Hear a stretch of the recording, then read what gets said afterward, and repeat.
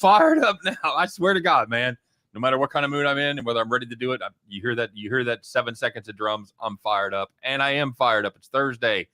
It's the show. It's heading back to the window. I am your host, Scott Steen, lead handicapper with winnersandwhiners.com. And I'm your co-host, Scott Reichel, senior handicapper over winnersandwhiners.com. And together we do this every day, 3 p.m. Eastern, 2 p.m. Central, as we guide you on your journey to head back to the window. Good to be here. We've got some regulars in the hizzy. We have James S. is in the house.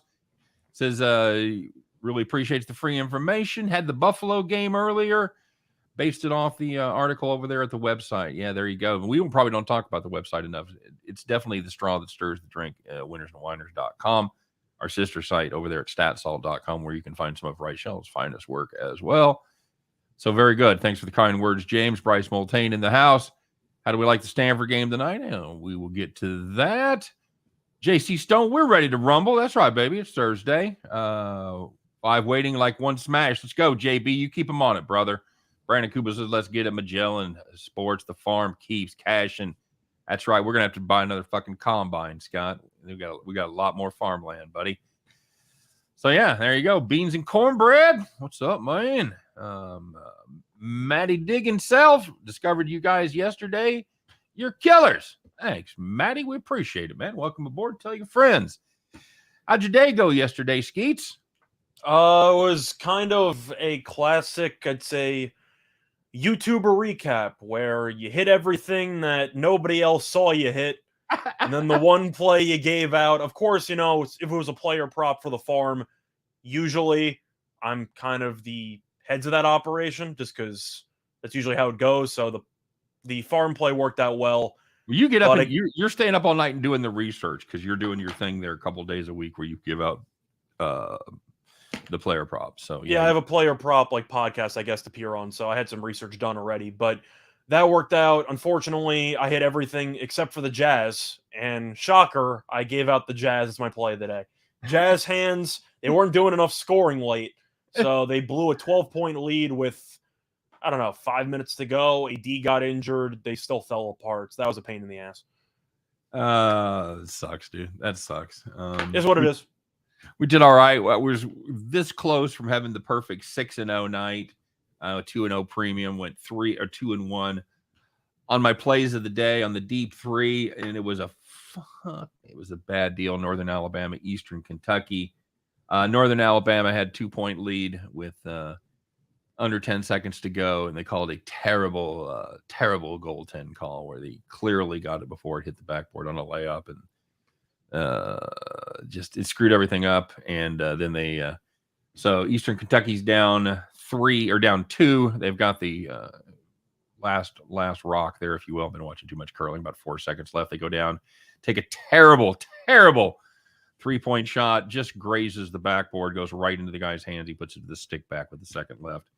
On to overtime we go, and that was our only loss of the day. So other than that, you know, a 5-1, you know, you take that all day, but I wanted that perfect day. So anyway, all right, let's get to it. Of course, don't forget, guys, to like, subscribe, do all that stuff. Check out our fellow shows over here at the Winners and Whiners Sports Betting Network, and that is Chris King, 1:30 p.m. Eastern, 12:30 Central, with his pal Jim Williams, as they do just parlays. And Chris will be on the show, or a show, later today. No, he's coming on tomorrow. Sorry, buddy. Yeah, we got the Dominator. We got the Dominator on to do the WWE Elimination Chamber. So yeah, there you go. That'll be fun. We're going to do that right after our regular show. And Scott and I will flex our wrestling expertise. So for those of you that are WWE fans, please join us for that. And, of course, check out our pals over there at BetMGM. They got a cool deal going, Scott. You bet $10 on any NBA game. If anyone makes a three-pointer, how much do you win? $200. $200. 20-1 on your $10. Hell of a deal. Get your ass over there. Check that out. Of course, you can do it in every state where MGM is a thing. You know, if you're living in Utah or Texas or Missouri, so sorry, Charlie, but if you're in one of the lucky states that have that book, you are eligible, my friend. Of course, you must be 21 to play. And since you may have a gambling problem, please seek help. All right. Renzo Brothers here. Scott Jr., what do you think of Rutgers, or the Rangers, plus 400 winning that division? That division is going to be an absolute war down the stretch. I mean, you got 3 teams in it. Of course, Pittsburgh, first place, currently with 70 points. You have Carolina with 68 and the Rangers with 66.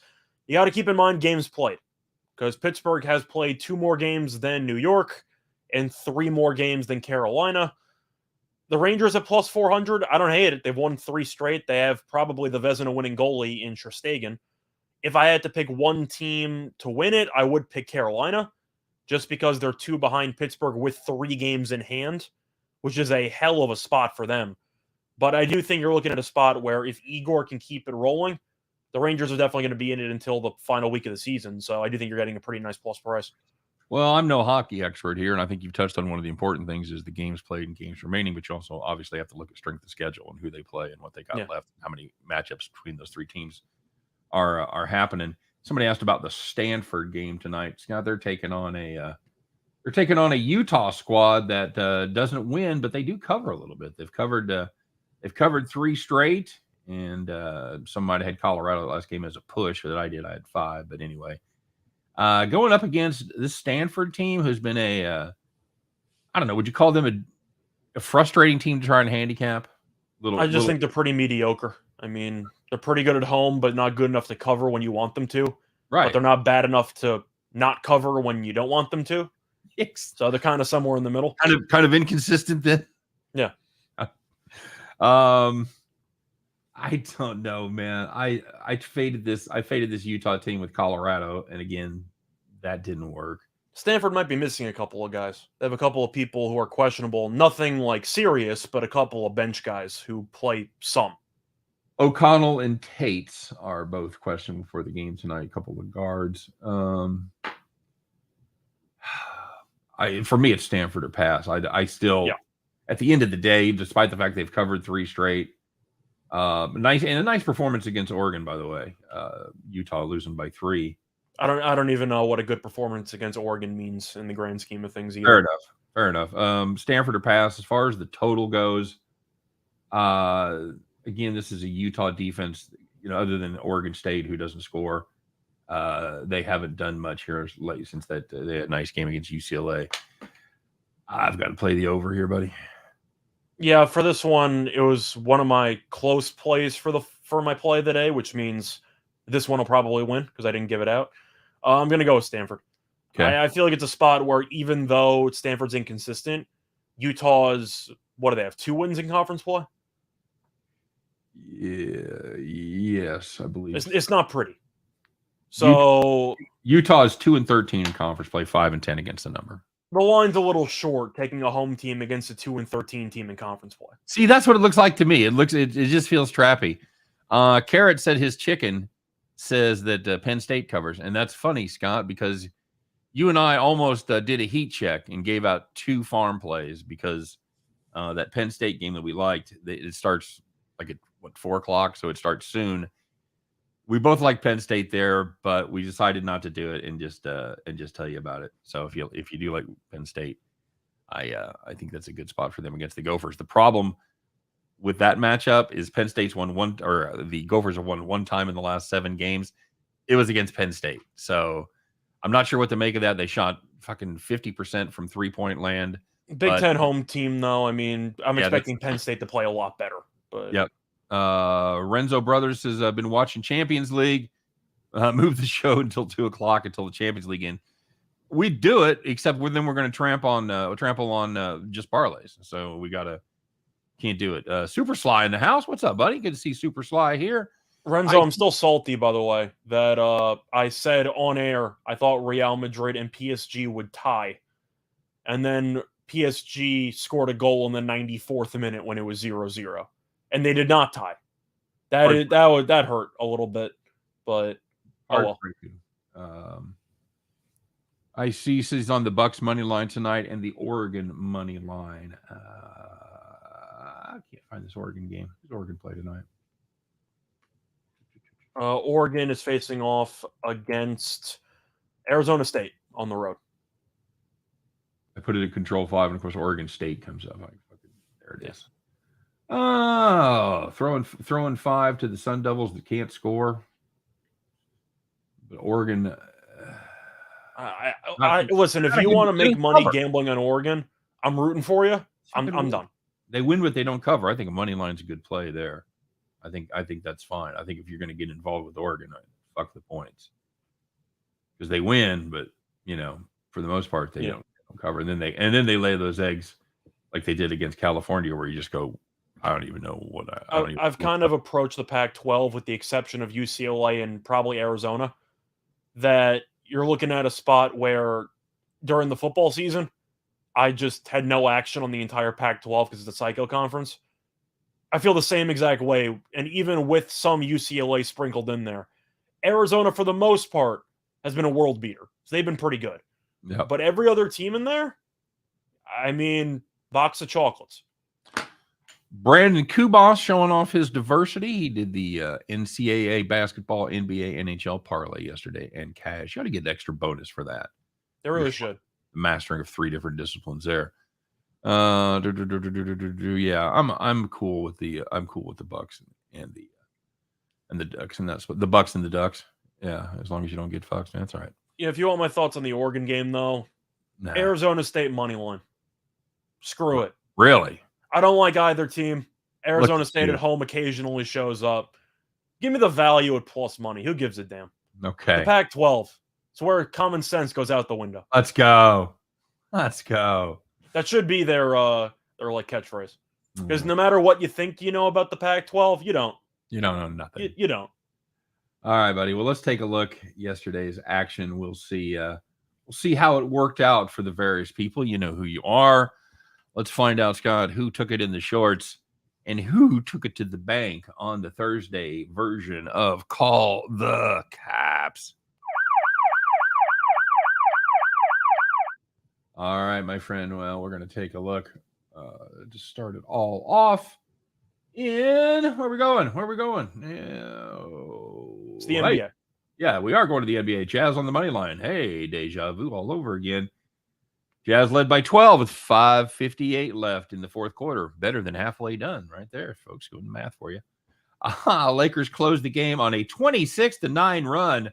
Holy shit, who was it? Worthy and Magic and Kareem? They all get it going there in the last 6 minutes? It wasn't AD. Jazz without AD. That's right. Jazz, they lose by 5. Congratulations if you're on the Jazz money line. You had a great bet for 3.5 quarters. Call the cops. And looking at the second one, if you had Mississippi State and Alabama under 152, you were in good shape. And then you had some scramble points because both teams combined for 18 points in the final 73 seconds. And the game landed 155. Not good. And here's a similar game to the one I was telling you about. This is George Mason and St. Joe's. If you had under 140, it was 64-62 with 1 second left. Congratulations, you beat the line by 14 points. You're a good capper. St. Joe's layup at the buzzer. Congratulations, everybody. You know where we're headed. We're headed to undertime. No, we're not. We're headed to overtime. Sorry, fuckers, if you had under 140. Game landed 145. Time to call the cops. Yeah, overtime again in college basketball. It deserves its own segment. It really should. We should have a segment called "They Don't Call It Undertime," and we just only talk about games that went over in overtime. Brutal, absolutely brutal. And the bad part is, it's you had it capped right. You just anyway. Well, there was some good news out there. These are the people that had it capped right, and nothing happened. Nice, boring victories. Nothing better. Hey, man, you were sitting in the rocking chair, weren't you? So, first one in the NBA, if you had the Raptors and the Timberwolves under 227, 3 quarters had less than 49 points. That's going to take a hell of a first quarter or an overtime or maybe a couple. Did not happen. Game landed 194. Stay in the NBA if you had the Blazers plus 12.5 against the Grizzlies. Grizzlies, I don't know who got off the bus, but it wasn't the regulars. They led by 11 points at halftime, did the Trailblazers, and they ended up winning by 4. But yeah, if you had money line there, you were good. But especially if you had the points, you were never, ever in doubt. You were sitting in the rocket chair. And the last one, if you had the Rockets plus 17.5 against the Suns, they led by 8 at the half. And yeah, you knew there was no chance the Rockets were going to actually win the game, but they only lost by 3. So never in doubt. 17.5. Big number in the NBA. Very big number. All right. Very good. And you know what? Let's talk about this a little bit, Scott. It's close to you physically and close to you in your heart. I wish I went. Yeah, that'd have been something to see. Let's find out who's blowing the trombone today. And you know what? I'm not mad, but holy shit, I'm disappointed.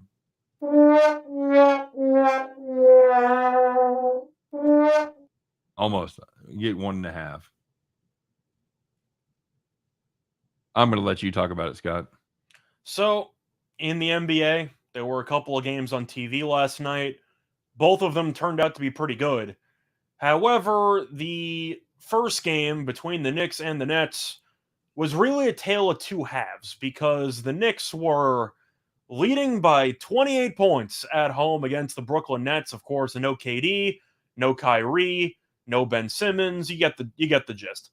Anyway, the Knicks blew the game, and the Nets won outright. And the reason why this is especially pathetic is because of the fact that this is the third time in the last 2 weeks that the Knicks have had a 20-plus point lead and lost the game outright. That is almost impossible. I believe it is the first time in 25 years that a team has done that in the span of a month. Fire up Elias. Are you subscribe to the Elias Sports Bureau? I do not.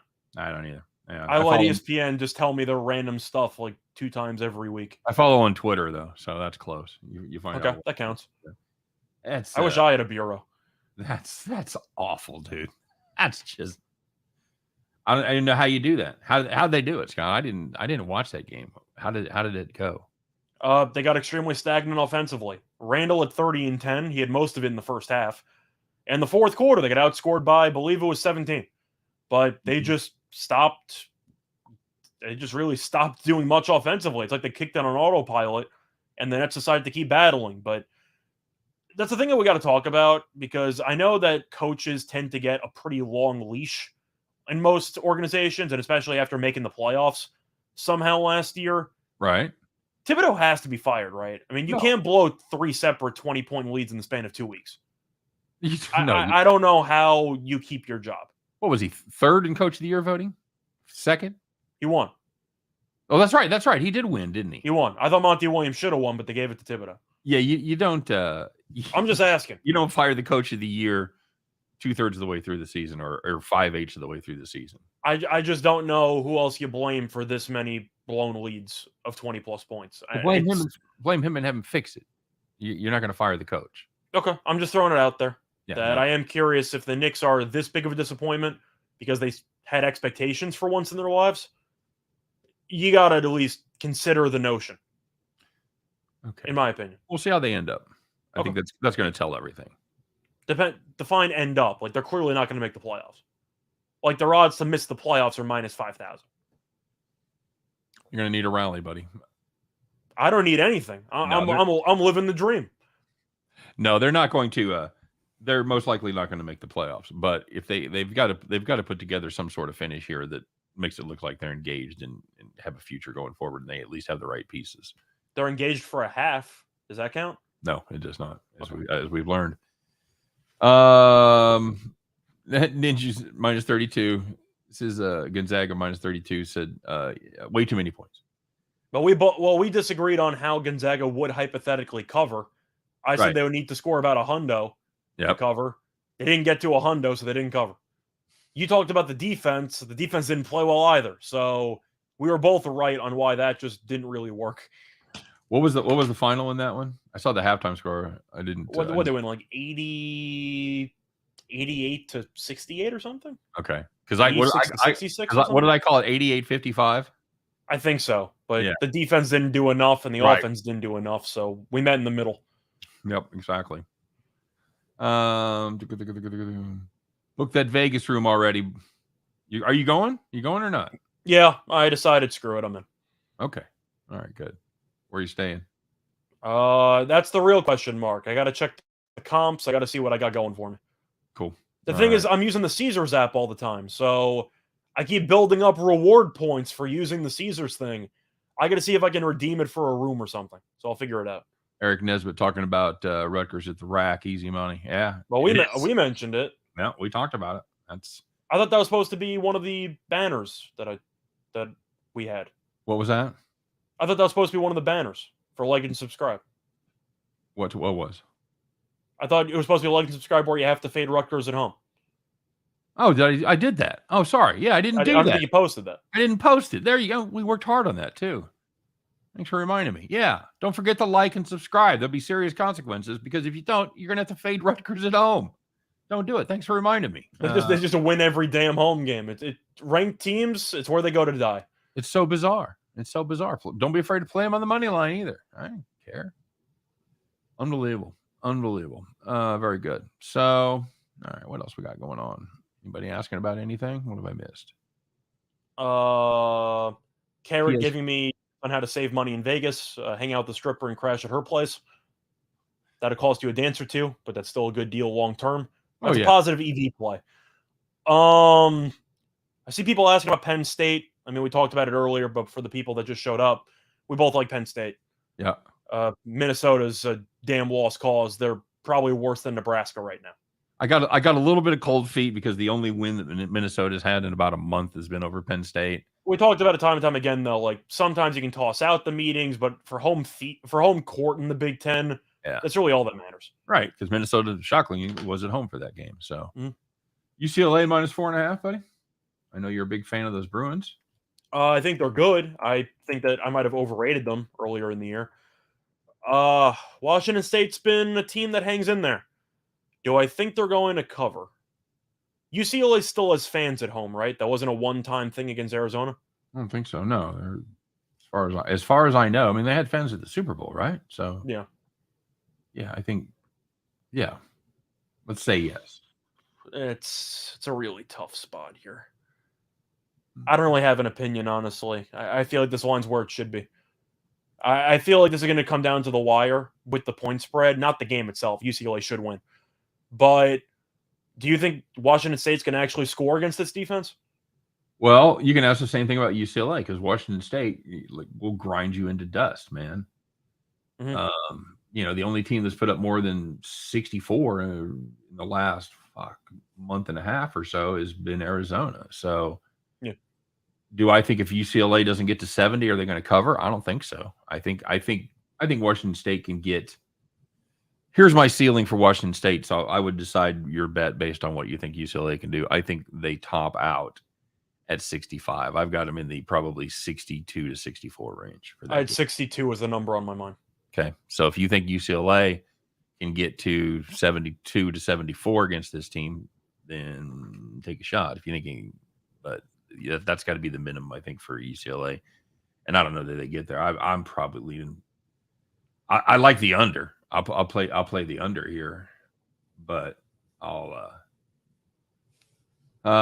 take a small shot on Washington State plus 9.5. Yeah, I feel like this is a game. Washington State will be lucky to get to 58, and that's possible. That's certainly possible. Like I said, I got them a couple buckets higher than that, but it certainly could hit below that. I think I'm looking maybe at a team total under for Washington State. Maybe. I mean, you're looking at about 60. I mean, it's about 69 to 60 if you want to go for projected scores. Yep. Which is basically what we just said with UCLA getting to 70. So it really does seem like that's where the line should be, right? I mean, it seems like the total and the sides are pretty on the nose. Yeah, I think so. I think that's a pretty sharp line. I think, put it this way, I think there's more inefficient lines out there that you can find, from my standpoint. Jacob Houston, IUPUI, team total under 54.5. Oh, last time they played Bobby Morris, they hung a 49 on him, Scott. Ooey pooey. Ooey pooey. If you want my hot take for this game, I actually don't mind Ooey Pooey plus the points. Ooey pooey. Really? I mean, I said I liked them plus the points against IPFW, yeah. and they covered in that one. Do I think Robert Morris should be laying 15? To No. anybody. So on principle, I'll go with IUPUI and pray that it turns into an absolute rock fight for both teams. So on the bright side, but if it is a rock fight, IUPUI has been building rocks the entire season, so they should have an advantage. Should have plenty of rocks. Okay, so let's see. They have gone 6, 8, 11. They've topped that total 3 times in 11 games. Have they gone over 54.5? Yeah. And they played a home game against Robert Morris and put up 49. How much did Robert Morris score? 6. So it landed 115, came under the 123. Now Bobby Morris is at home. Yeah, I don't want any part of It's this. very tough to beat a team twice in the same season. Shut up. I'll tell you what, out of all the plays there, I probably do like IUPUI the best. On principle, like I just can't lay 15 with Robert Morris. I mean, that's just the next level. Fair enough. We count money over here. It says UCLA by 15. I believe that's close to the camp you're in, isn't it, sir? It's where I'd be leaning, but once again, it's a line that I just think is going to be right at the end where it should be. Michigan, Iowa tonight, Scott. The Hawkeyes. Oh, Michigan's such a pain in the ass, man. Like they beat Purdue. You think maybe they're back on track. Right. And they lose at home to Ohio State. Yeah. And now I don't know what the hell this team is again. Iowa at home's been very good. Like most Big Ten teams, they're 13-2 at home. Michigan 3-6 on the highway. Big Ten at home. Give me Iowa. I have no idea. Give me Iowa. Yeah, I think so too. Although my problem with this Iowa team at home is they played jack shit. The one team they played that was decent was Purdue, and they lose by 10. So I don't know if they're good at home, or I don't know if they're good at home against bad teams. So we'll see. Is Michigan a good team? I have no idea. Flip a coin. Tails never fails. Yeah, exactly. Except when I knock over the mic. But other than that, yes. It's yeah. That might have been one of the last things I got right, by the way, when I said I liked the coin toss, sharp money on the heads. There's heat coming in on the heads. Heat coming in on the heads, man. It's a weighted coin. Wilmington tonight. It's Wilmington every night. Getting 3 at home. I actually like Towson a lot as a team. I think that they're really good. But on principle, Wilmington's 11-1 at home. The thing is, they're 8-2 ATS at home, but Towson's 10-2 ATS on the road. It's a coin flip game. I'll take plus money on a coin flip. Okay. You? Yeah, I'm with you. I feel the same way. UAB laying 14 against the Rice. The Rice, a team that's gone 1-9 against the number versus winning teams. But UAB had a no-show last game, right? They lost outright to I'm trying to remember who the hell they were playing against. Was it Old Dominion or yeah? They lost by 9 at ODU. Yeah, I wrote an article about that game. I was trying to remember which team. Okay, it was Old Dominion. Yeah, they're 7.5 point chalk and lose outright by 9. Just ridiculously stupid. Yeah. So I'll look at UAB, but I mean, you're hoping after that no-show against Old Dominion that the coaching staff will light a fire under them and they'll be extremely focused for this matchup. I'll go with UAB as a result, but that's pure speculation on my part.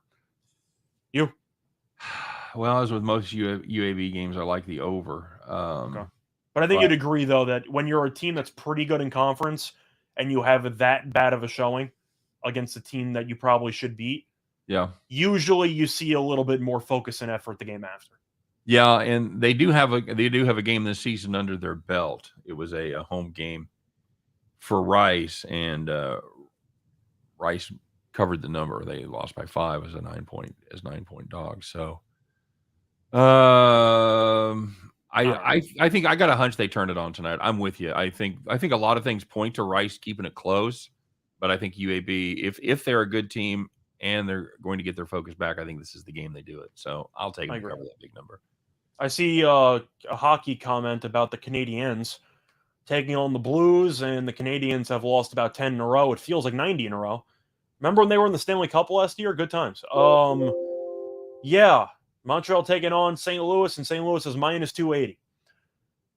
Puck line, whatever the hell you want. I mean, St. Louis can score relatively easily. Keep in mind the goalie situation for St. Louis, because Binnington, of course, has been awful, but they have a new youngster goalie who's been really good. So you hope he's in between the pipes. I mean, Montreal sucks. I mean, what is there to say? They're the worst team in the league. Mm-hmm. Right? And they're not getting any better, it would appear. They're just bad. They're not turning things around. Somebody asked us about USA. My snap reaction when I hear USA is to back the under. South Alabama going up against Coastal. Yeah, I'm definitely on the under there. As far as the side goes, I'd look at Coastal blindly just because South Alabama's 3-7 on the road straight up. Coastal's 10-5 straight up at home. And of course, with a +1 spread, you're basically only looking at money line stuff. So I think Coastal at home is pretty live. I'm okay with that. Roland G says UMKC versus South Dakota over 140.5. Cash that ticket. Okay. Cool. We'll see. North Texas. Bryce Multane wants to know about. Wait, hang on a second. UMKC. That's Kansas City. No. I know that. They're playing South Dakota? Doesn't sound right. I don't have their schedule. You know I thought they were playing North Dakota. Are they? At least I thought they were. Yeah, they're playing North Dakota. Oh. Okay, so it was North Dakota, not South Dakota. I thought I was seeing things. Okay, cool. Yeah, I don't mind that either. Just for clarification, it is not South Dakota. No, you're right. And, yeah, it is 140.5. So that's right. You know, this is a ruse defense that had been a lot better earlier in the season, and the offense has gotten better, but the defense has gotten worse. That's right. That's exactly what's happened. Is the offense has improved just a little bit, but the defense is kind of let them down there in conference play. Meanwhile, the defense for North Dakota pretty much non-existent. This one hit 153 last time. I'm not sure this game's going to be played, guys. Definitely double check that. Whoever asked us about that, whoever said that, Roland, I think, because we've had a pretty serious snowstorm here. So make sure that one's going to go, and make sure North Dakota can get in, because I think there was a snow coming from the north. So I don't know what the airport situation is or how that worked out. So definitely double check. Fun fact, the game's in North Dakota. Oh, that's right. I'm sorry. You're right. They played here last time. Yeah, well, it's North Dakota in February, so I'll definitely make sure it's going to be played. But if I don't give a fuck there, man, they're like, well, take a sled or something. You need to get here. I'm like, okay, cool. Montana -6 versus Idaho. I've got a premium on that game, Scott. I'll let you talk about that. I'm really confused by the line movement there, because it was, I want to say 7.5 on the overnight. I don't think it ever got to 8, but I think it was 7.5. And money's coming on Idaho. And Montana on the road has been a mess. They're also not very good at rebounding. Is Idaho good? No. Are they good enough to cover? I have no idea. I guess I would lean Montana because they're the much better team. But Montana's also been kind of psycho. So I'll lean Grizzlies, but not really. Does that make sense? Grizzlies. That's a... I mean, Idaho is terrible. Like, if you want to take points, sure. But, I mean, Montana, if they're focused, they should win the game pretty handily. Yep. As far as the side goes, it's really it's about what defense shows up for the Grizzlies for me, about whether they keep it close. If Montana, the good defense shows up, it could be a struggle for the Vandals, but they can shoot. They're a decent shooting team. They're a decent shooting team from downtown. So Grizzlies will have to D up in that one. North Texas. North Texas. Going up. This is a very interesting spot, because I have to ask, is North Texas the only D1 team that's still undefeated on the road? I will have an answer for you momentarily. Start talking. I highly doubt you'll find another one that's undefeated on the road. They're 6-0, 4-1-1 ATS on the road. Florida Atlantic is 13-3 at home, 10-3 ATS. So you have two teams that are actually really good in this environment. So, which I find kind of fascinating, but Strength versus strength. I'm going to go with Florida Atlantic. I like the fact that they're 8-2 ATS in their last 10 games. Gonzaga is also 4-0 on the road. North Texas 6-0 on the road. And they are the only two undefeated road teams in D1, Scott. So, as far as this one goes, obviously, I'm always a big fan of any team that plays defense. I feel like there's just a lot of coin flip games. So kind of what the feeling is. But if you're going to give me plus 2.5 with a pretty good home team, and this game, I think, should be a rock fight. I mean, I think you'll see an under, especially with North Texas's pace. I mean, they love to play slow as hell. So I'll go with the under, and if I'm going with the under, I'll take the points. Yeah, FAU at the end of the day play decent defense. They don't play as good a defense as North Texas, but I think their offense is far superior, and I think they've certainly been playing better lately. So yeah, I'll take that FAU there as well. Santa Clara tonight, Scott. Kenny Ramonde. I probably butchered that horribly. My apologies in advance, Kenny. I mean, I don't think Loyola's any good, so I'm going to go with Santa Clara. Well, that is quite a thorough breakdown, sir. Very. But, I mean, Santa Clara hasn't been atrocious on the road. They're 3-4 straight up. They're 4-3 ATS, but I mean, Loyola has a losing record at home, and they're 3-7 ATS at home. So some of these teams, home court matters, and some of these teams, it really doesn't.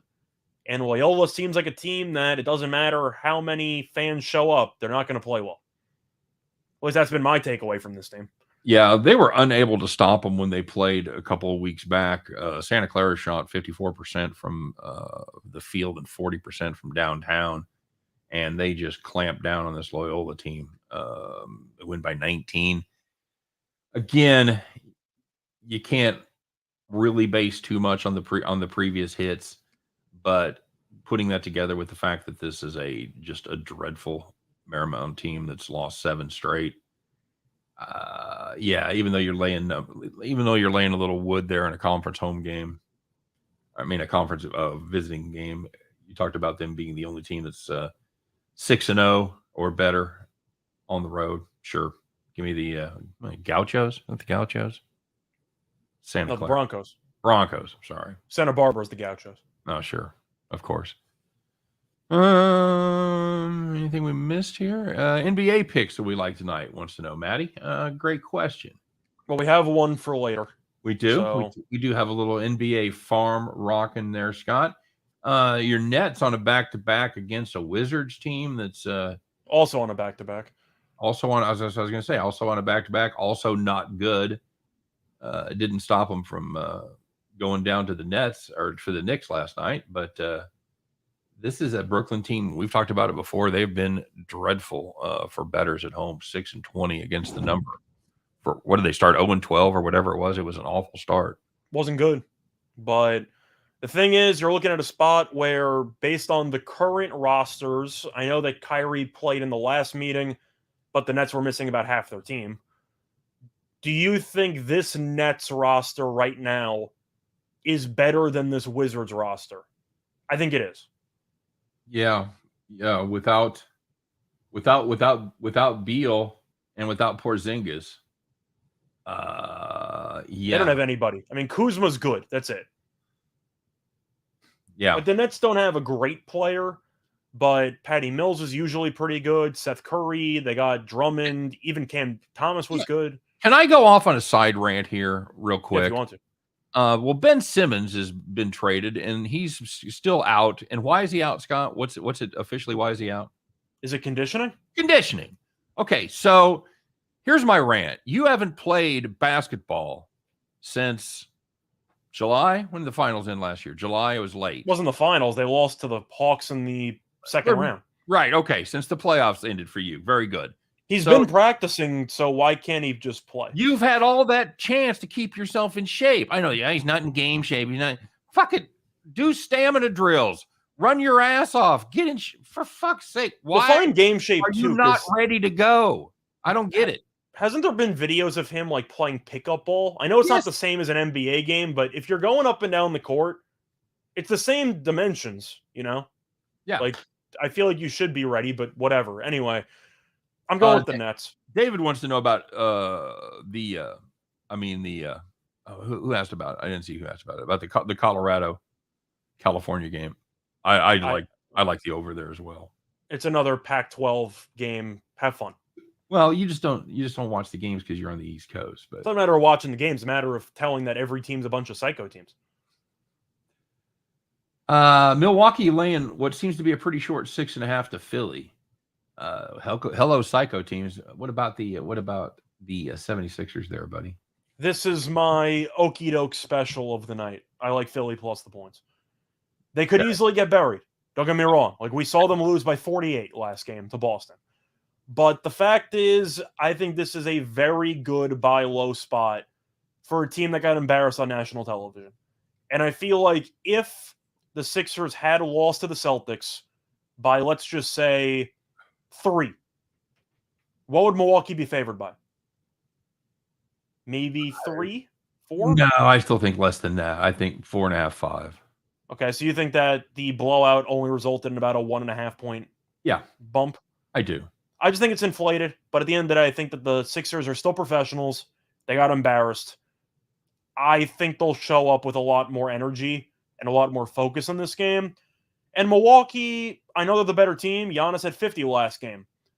They struggled to beat the Pacers. Like, they needed all 50 from Giannis. Like, they didn't play well. I'm going to take the points just because I feel like Milwaukee's too obvious, and I think it's an okie doke. No banana in the tailpipe for Scott Reichel, everybody. I don't hate that because this is a Milwaukee team on this homestand. Lose by 15 to Portland, play lethargic against Indiana. Besides Giannis and his 50, they still didn't cover. So if Giannis goes for 50 and you don't cover, fuck, I don't know what your answer is. I'm okay. Embiid might go for 50. Like, I don't know. I think Embiid and Giannis might go head to head and just both put up 40. All right. Yeah, I'm all right with that. I would take a spin at Houston plus 11. I'm still not convinced about the Clippers. You? I'm with the Clippers. I think it's a bad scheduling spot. Houston had a back-to-back after facing off against Phoenix. The Clippers, the team isn't very, talented on paper, but Ty Lue is a hell of a coach, man. I mean, the fact that this team's even near 500 is an unbelievable job. You hated Ty Lue. I know. You hate Ty Lue. No, time out. I hate time out. No. I hated him in the first series and a half of the playoffs last year. Oh, fuck. This is ridiculous. And I turned a corner. I just realized he's very good. It just hit me. I realized, no, this guy can actually coach. I was wrong. I'll hold the L in that. That was my bad. Ty Lue is actually a very good coach. All right. Jay Seaton asking about Miami and Charlotte. Scott, you ready? Well, I like Miami on the side. Okay. We had the perfect segue there, buddy. Yeah, I know. I like Miami on the side. Okay. But yes, I'm ready. Let's go. God damn it. All right, let's get to it. By the way, somebody gave me shit for saying that yesterday, and I for saying what? God damn it. So I probably that's where they draw the line. I don't. Yeah, I don't know. It's because it's technically a violation of the. He said the third commandment. So, which I always thought was don't take road dogs in conference games, but I'm apparently wrong. So, I mean, the first commandment is don't fade Rutgers at home. I mean that's got to be on the short list of the gambling commandments, but. All right. Well, to everybody that I offend, of course, on a daily basis, I'm sure. Sorry. I'm an old man who cusses. It's how it's going to be. So, hey, let's get to it, guys. Let's get ready to survey our property, shall we? It's growing by leaps and bounds. It's time to put on your overalls. It's the Good Thursday overalls. You probably wore them yesterday. I don't care. Leave a strap down. Fuck it. You're not going anywhere. It's cold out there. Climb aboard that John Deere. Adjust your straw hat. Pull out your lucky rabbit's foot keychain. Stick them in and fire that bad boy up because it is time to bet the farm.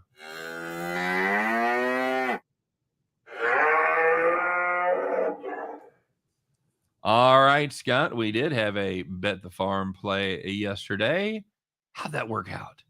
We had a player prop. We had Halliburton over 8.5 assists, and he had 10 after 3 quarters.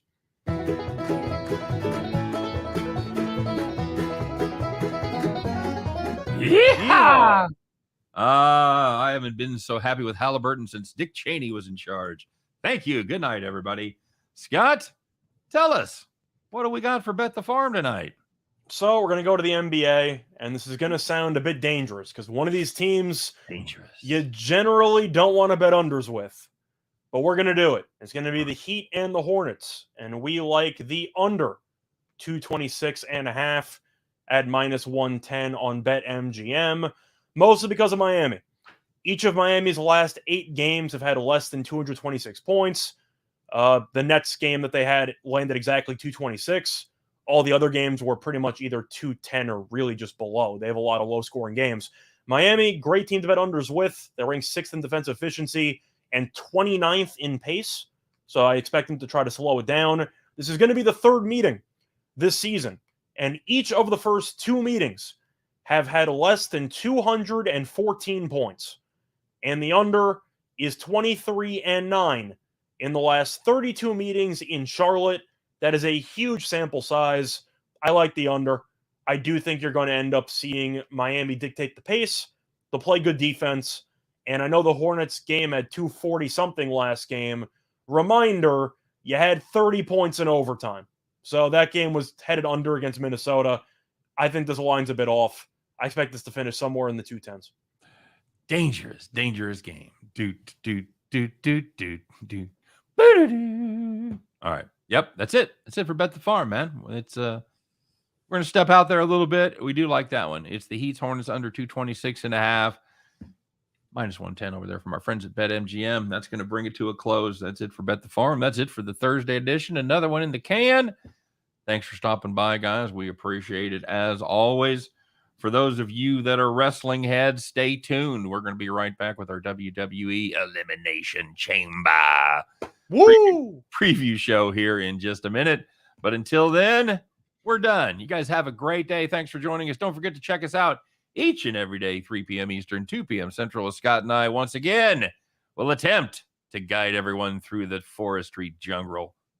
What? The forestry. Nope, can't do it. Through the thick jungle and get us all to the promised land as we head back to the window. We'll see you then. Bye-bye.